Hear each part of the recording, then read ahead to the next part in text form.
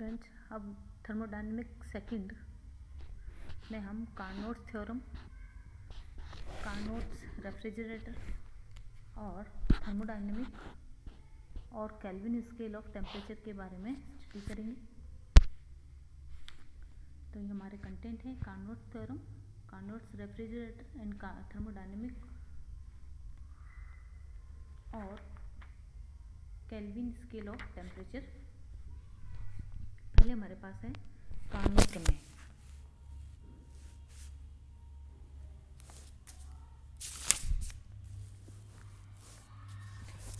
Carnot's theorem states that all reversible engine working between the same two temperature of source and sink are equally efficient, whatever may be the working substance. इस नियम के अनुसार स्रोत और sink के समान तापों यानी दो नियत ताप के मध्य कार्य करने वाले उत्कीर्णीय इंजनों की दक्षता समान होती है, चाहे कार्यकारी द्रव्य चाहे कोई भी ले लिया जाए।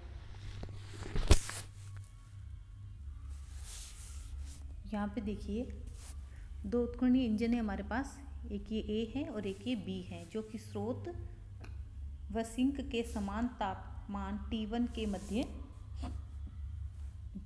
यह स्रोत का तापमान है, ये सिंक का तापमान है, कार्य करते हैं। दोनों इंजनों को इस व्यवस्थित किया गया है कि ये एक सामान्य कार्नोट चक्र के आधार पर A अग्र दिशा में, ये एक फॉरवर्ड दिशा में तथा B इसके बिल्कुल रिवर्स दिशा में कार्य करेगा। माना कि जो A की दक्षता जिसे हम नीटा A से प्रदर्शित कर रहे हैं, दूसरे इंजन B की दक्षता नीटा B से ज़्यादा है। इंजन A स्रोत T1 से Q ऊष्मा लेगा, ये देखिए Q ऊष्मा लेता है। लेने के बाद ऊष्मा अवशोषित करेगा, ऊष्मा के एक अंश को ये कार्य में परिवर्तित करेगा,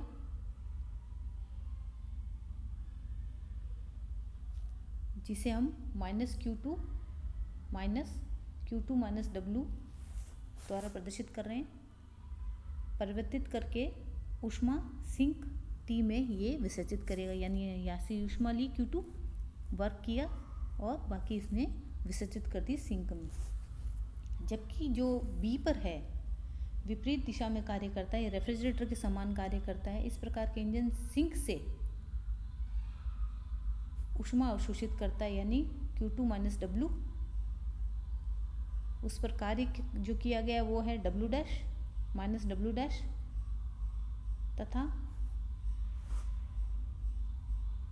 माइनस Q2 यानी ऊष्मा स्रोत को विसर्जित कर दी गई है। यहाँ पे जो प्लस और माइनस के चिन्ह है ऊष्मा के सामने, अवशोषित ऊष्मा को तो धनात्मक चिन्ह से दर्शा रहे हैं, जबकि विसर्जित की हुई ऊष्मा को हम ऋणात्मक चिन्ह से दर्शा रहे हैं। यहाँ पे ये Q2 जो है ऋणात्मक चिन्ह द्वारा प्रदर्शित किया जाएगा, क्योंकि ये यहाँ पे विसर्जित की जा रही है। चूँकि इंजन A की दक्षता अधिक है, इसलिए W जो काम हो रहा है इंजन A द्वारा वो भी ज़्यादा होगा।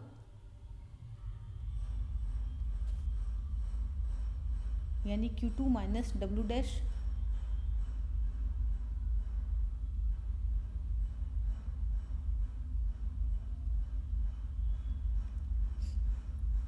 तथा Q2 माइनस W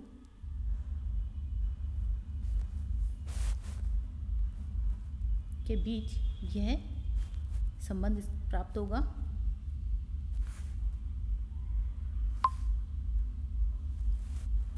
इसका अर्थ यह है कि इंजन A जितनी अधिक ऊष्मा सिंक में विसर्जित करेगा, उससे अधिक ऊष्मा इंजन B सिंक से अवशोषित करेगा।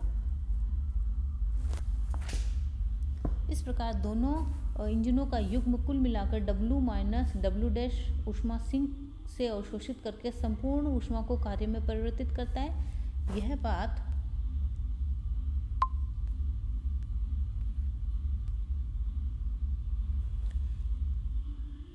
यह बात ऊष्मागतिकी के द्वितीय नियम के विरुद्ध है। यदि ऐसा संभव होता तो हम समुद्र और वायुमंडल से ऊष्मा अवशोषित करके लगातार कार्य में परिवर्तित कर सकते थे। अब हम देखते हैं कार्नो रेफ्रिजरेटर। कार्नोट जो रेफ्रिजरेटर है यह कार्नोट चक्र पूर्णतः उत्कीर्ण है। यदि इस चक्र को इंजन के समान माना जाता है तो पूर्व में बताए अनुसार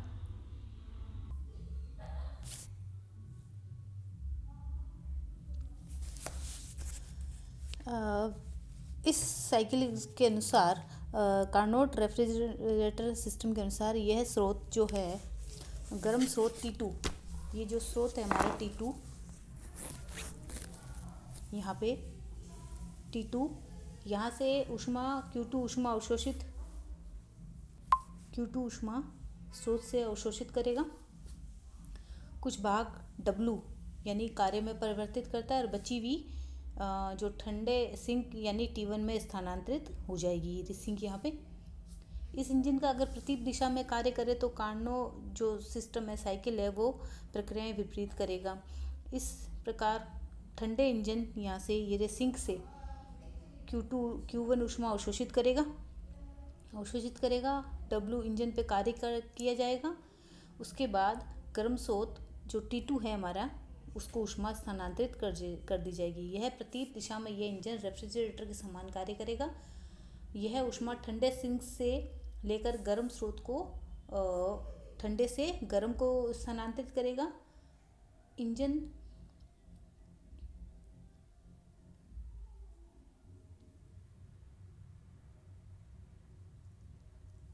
तो ये तो इंजन का सिस्टम हो गया, ये रेफ्रिजरेटर का हमारे पास कार्नो सिस्टम हो गया। अब हमारे पास यानी ये कार्नो इंजन है, ये कार्नो रेफ्रिजरेटर है।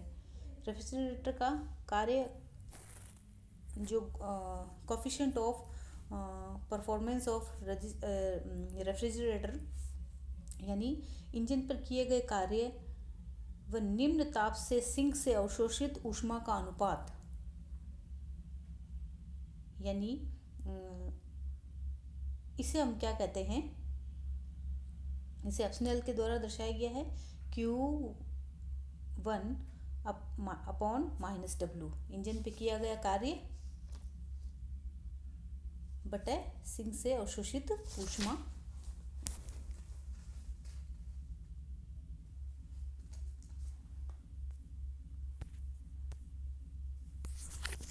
इसके अनुसार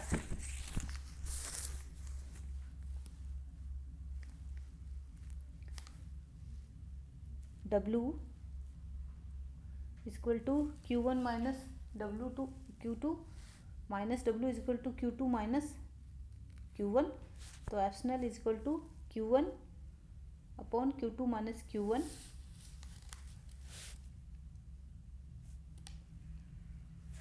Q1 upon Q2 is equal to T1 upon T2।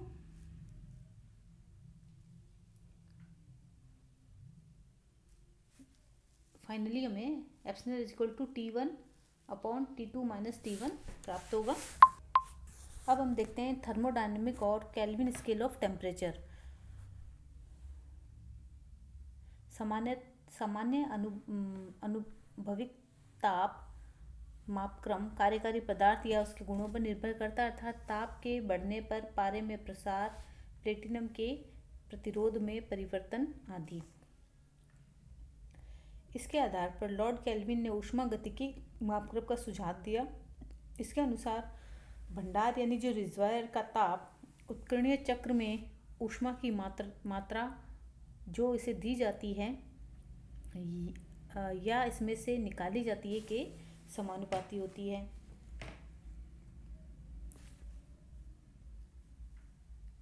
यानी since the efficiency of a Carnot engine depends only the temperature of source and sink and not on the nature of working substance, the efficiency of a reversible engine can be used as the basis of a thermodynamic scale of temperature which is independent of the nature of substance used. In this scale, the temperature of each reservoir is defined in terms of quantity is proportional to the quantity of heat transferred to or from it in a reversible cycle.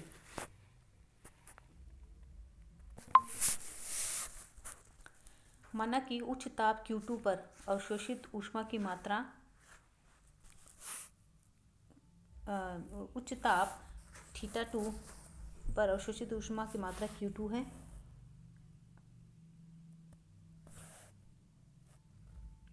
तथा निम्न ताप θ1 पर ऊष्मा की मात्रा Q1 है।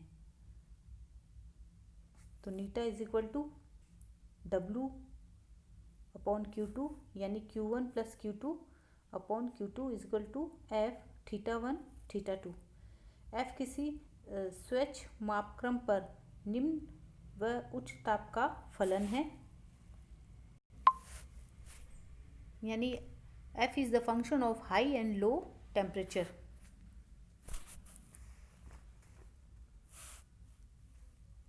F is equal to F θ1 θ2 minus 1 is equal to capital F θ1 θ2, जहाँ capital F θ1 और θ2 के लिए और स्मॉल f के लिए दूसरा फलन है, के अलावा दूसरा फलन है।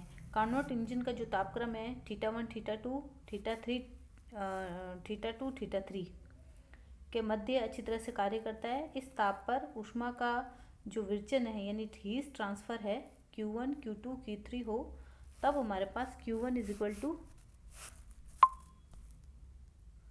Q1 upon Q2 is equal to F θ1 θ2 और Q2 upon Q3 is equal to F θ2 θ3 Q1 Q3 is equal to F θ1 θ3। अब दोनों इक्वेशंस को हम मल्टीप्लाई करेंगे।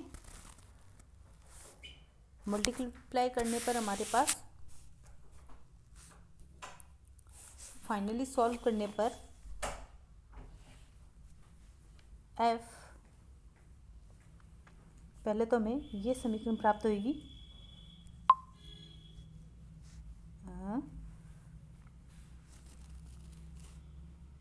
Q1 Q3 is equal to F θ1 θ2 into F θ2 θ3। उसके बाद इसी इक्वेशन को आगे सॉल्व करने पर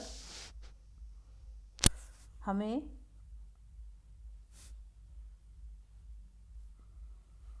Q1, अब हम आगे इक्वेशन 26 और 27 से जो है F θ1 θ2 F θ2 θ3 is equal to हमें मिलता है ये F θ1 θ2। इसी इक्वेशन के दाईं ओर θ2 नहीं है जबकि बाईं ओर है। बाईं ओर θ2 को हटाने के लिए फलन F को निम्न प्रकार से लिखेंगे हम F θ1 θ2 is equal to psi theta upon psi θ2। F θ1 θ2 θ3 is equal to psi θ1 upon psi θ3। इस प्रकार हम निष्कर्ष निकाल सकते हैं कि किसी भी उत्कीर्णीय इंजन के लिए Q1 upon Q2 is equal to psi θ1 psi θ2। ये जो फलन है हमारे पास केल्विन ने कार्यकारी पदार्थ के ताप को प्रदर्शित करने के लिए चुना। साई थीटा को ऊष्मागतिक तापक्रम पर टेम्परेचर से प्रदर्शित करने पर Q1 upon Q2 is equal to T1 upon T2। T1 और T2 ऊष्मागतिक तापक्रम या केल्विन तापक्रम मापक्रम पर ताप है। ये पदार्थ की प्रकृति पर निर्भर नहीं करते। केल्विन मापक्रम में किन्हीं दो ताप का अनुपात इन दो ताप के मध्य कार्य करने वाले उत्कीर्णीय इंजन द्वारा अवशोषित ऊष्मा और निकाली गई ऊष्मा के अनुपात के बराबर होता है। जो हमारे पास साइकिल की दो एफिशिएंसी है वो हमने देख ली थी। Eta is equal to Q1 plus Q2 upon Q2 is equal to T2 minus T1 upon T2। यहाँ T1 शून्य हो तो किसी भी प्रक्रम की दक्षता 1 हो जाती है। ताप जिस पर दक्षता इकाई हो, इंजन पूर्णतः कार्य योग्य यानी परफेक्टली एफिशिएंट। जब T1 0 है तो नीटा भी 1 होगा हमारे पास।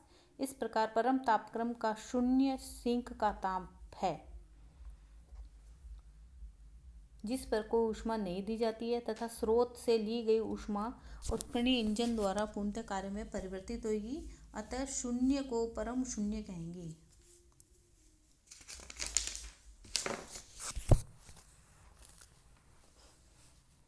परम शून्य के नीचे ताप पर ऊष्मा से अधिक ऊष्मा ऊर्जा का मान ऋणात्मक होता है, जो संभव नहीं है।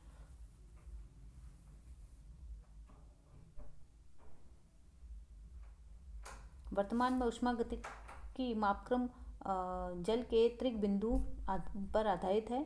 ट्रिप्लेट बिंदु उस ताप को कहता है जिस पर बर्फ, जल और वाष्प अवस्था तीनों साम्य अवस्था में। ये हमने फेज इक्विलिब्रियम में इस सिस्टम का अध्ययन किया था। यह 273 डिग्री टेम्परेचर केल्विन पर है। माना कि यह ताप T1 है और उसका ताप का विनिमय Q 273.16 है। अन्य ताप T2 है तो उस पर विनिमय ऊष्मा Q2 को इस प्रकार निकालेंगे हम। T2 upon T1 is equal to Q2 upon Q1। तो यहाँ पर हम T2 upon 273.16 is equal to Q 273.16। अब यह हमारे पास एक एग्जाम्पल है। एक उत्कीर्णन कार्नो इंजन 180 किलो जूल प्रति चक्र कार्य करता है। 450 के स्रोत से 360 किलो जूल ऊष्मा अवशोषित करता है। सिंक का ताप और कार्नो इंजन की दक्षता निकालनी है। तो नीटा इज इक्वल टू हमारे पास फॉर्मूला होता है इसके अंदर Q2 minus Q1 upon Q2। Q2 हमारे पास कितना है 360 और Q1 है 180 अपॉन 360। इसका आंसर है 0.5 नीटा। अब हम देखते हैं नीटा is equal to T2 minus T1 upon T2। नीटा की वैल्यू हमें मिल गई 0.5। 450 इसमें हमारे पास T2 है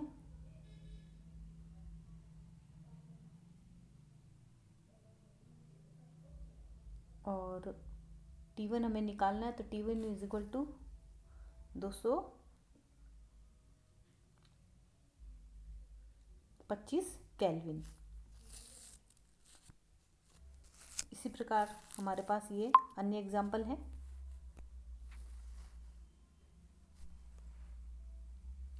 जिसमें हमें नीटा निकालना है। T2 जिसमें T2 minus T1 is equal to T2, जिसमें नीटा हमें दे रखा कितना है, नीटा है 0.5। T2 निकालना है। T1 हमारे पास 298 केल्विन है।